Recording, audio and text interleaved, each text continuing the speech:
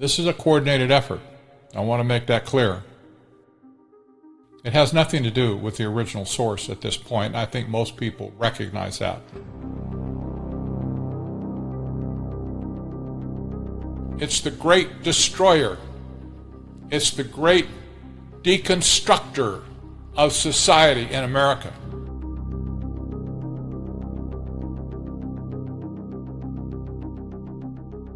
In the case of the Great Panic of 2020, we had a virus that broke out in China.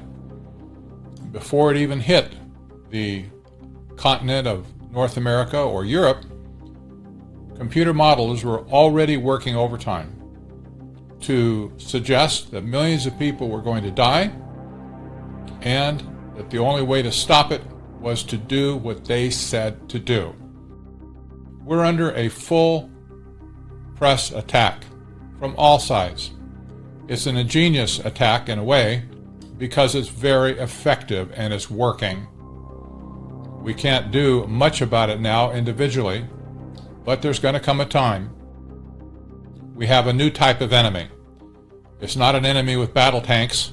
It's not an enemy necessarily with airplanes and missiles and ICBMs, but it's an enemy with an algorithm. It's an enemy who believes that only science can determine what is really true in the world. All other views are excluded. This new enemy is coming after us with scientific tools, using science as a weapon, to cause us to do what they want them, what they say they want us to do. I always challenge people, by the way, to bring to me evidence that this stuff is not true. I'd love to have people that are authoritative in their field come and say, you know, you're wrong here and you're wrong there, or you misquoted this or something.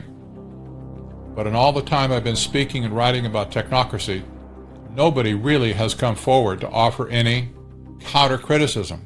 That tells me that what I've written stands, that it's true, that it's accurate, and that my assessment is correct as well.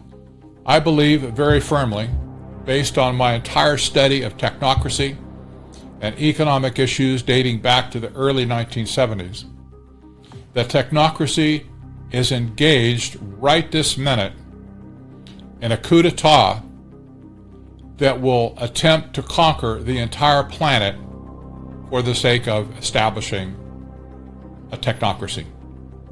I don't think there's any doubt about it anymore. Anybody who has the power to shut down the global economic system in the first place has something going for them, you have to admit. Not everybody could do that. President Trump couldn't do that if he wanted to. In fact, there's no group of leaders in the world that could, political leaders at least, that could cause such a thing to happen. But the technocrats did. In order to make my point here again, I'll go back to one of the original architects of technocracy, Thorstein Veblen, way back in roughly 1922, 1925. He said that technocracy, that's the era that we're in now, would naturally supersede the Marxist socialist communist paradigm. He viewed those as necessary stepping stones to get to the end goal, which was technocracy. Zbigniew Brzezinski came along in 1970 while he was a professor at Columbia University and said exactly the same thing in his book, Between Two Ages, America's Role in the Technotronic Era. He concluded that Marxism was a necessary stepping stone to his technotronic era, which is technocracy. They fed this subsequently to the United Nations, by the way, and it became sustainable development, or green economy, or Green New Deal is a number of terms now that describe it. But the whole concept of technocracy was then fed to the United Nations, which took it to the world. And now the world is thoroughly engulfed in this sustainable development mantra. But it requires the death of capitalism and free enterprise to implement. So who's outgunning for capitalism and free enterprise? Well, it's the technocrats. They're the ones that have pulled the strings to get us this far. They're the ones that are standing behind with financing, with moral support, with resources to fan the flames of the civil unrest that we have in our nation today. This is not a Marxist takeover of our nation, my friends. Don't even go there. Don't even think it, because that is not the case. The Marxists have become the useful idiots of the technocrats. They don't have a clue that they're going to be the first ones that get thrown under the bus when technocracy gains complete control of the global system. They don't see this. They don't see the hand above them manipulating them. They don't see who's executing and creating the policies to be executed all around the world. They're blind to it. But they're the ones that are going to be the first destroyed if technocracy wins completely and takes over. And if these elements are successful, at this point, who knows? They could be, maybe not. But if they're successful, when the ashes and the cars and everything else are still smoldering, out of those disasters, technocrats will rise. People will beg even for technocrats to come in and restore order to society. We've seen this happen in many countries around the world in the last 20 years. These technocrats will gladly at that point come in and say, well, it took you long enough to ask us, didn't it? So you see where this is headed?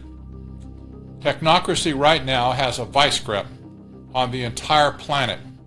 And yet, everybody still seems to think, oh, it's a communist takeover.